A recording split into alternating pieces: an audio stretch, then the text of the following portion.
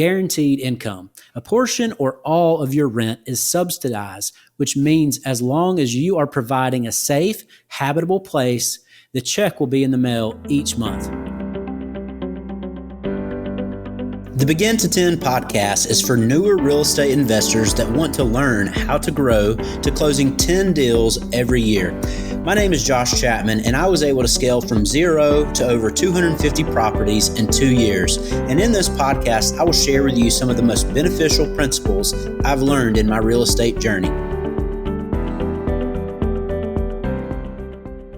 Welcome to the Begin to 10 podcast. I'm your host, Josh Chapman, and in episode number 19, we will discuss my experiences having Section 8 rentals. I've had residents living at my properties that were on some type of assistance program since the very beginning of my real estate journey.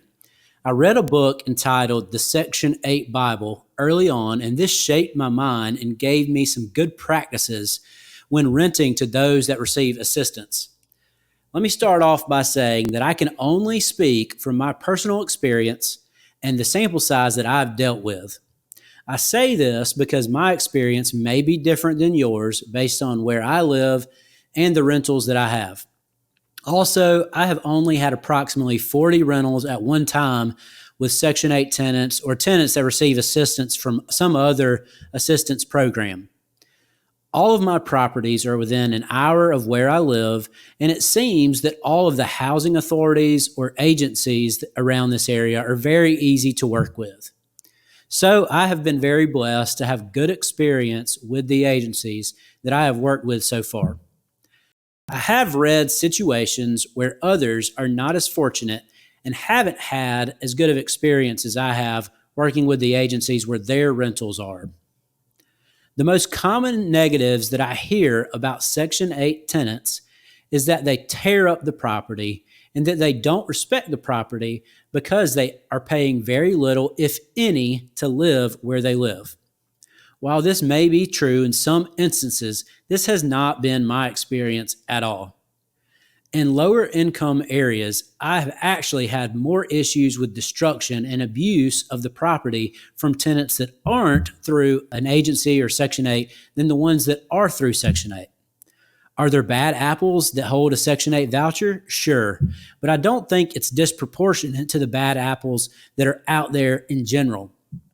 One trick that I've learned in the past couple of years when screening a Section 8 applicant is to drive by their current residence and see how the exterior of their current property looks. If the property looks like the grass hasn't been cut in 2 months, if there are junk cars parked in the front yard, if the front window has a board over it, then this is what your property is going to look like in a year. However, if the exterior of their home looks nice and orderly, chances are that they're going to take care of your property as well. Another negative I've heard before is that the owners don't like the inspections that are required for Section 8. In my experience, the homes are inspected once per year, and yes, some of the items on the inspector's checklists are a bit annoying and may end up costing me a little bit more money each year. But I kind of take another viewpoint. I look at this as a positive. It's another set of eyes that are seeing the property that will hopefully serve as encouragement to the tenants to keep the property neat and clean.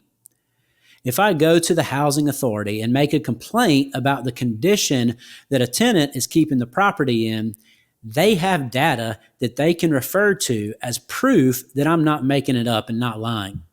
They can go pull the tenant's files and see that what photos look like that were taken at the previous inspections over the past couple years. My response to these quote-unquote negative stereotypes of Section 8 are that you as a landlord or your property manager need to properly screen your tenants and that you need to look at the required inspections as that someone's going that is on your team and has your best interest at heart to look at these properties. Now onto the biggest positive of Section 8. Guaranteed income. A portion or all of your rent is subsidized, which means as long as you are providing a safe, habitable place, the check will be in the mail each month.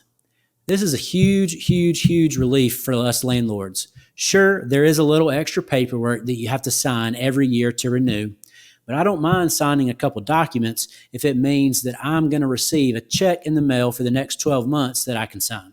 There's a huge need nationwide for affordable housing. I encourage you to be open to working with your local housing authority or other assistant agencies. People are in need, and it may surprise you how incredible these people are once you get to know them.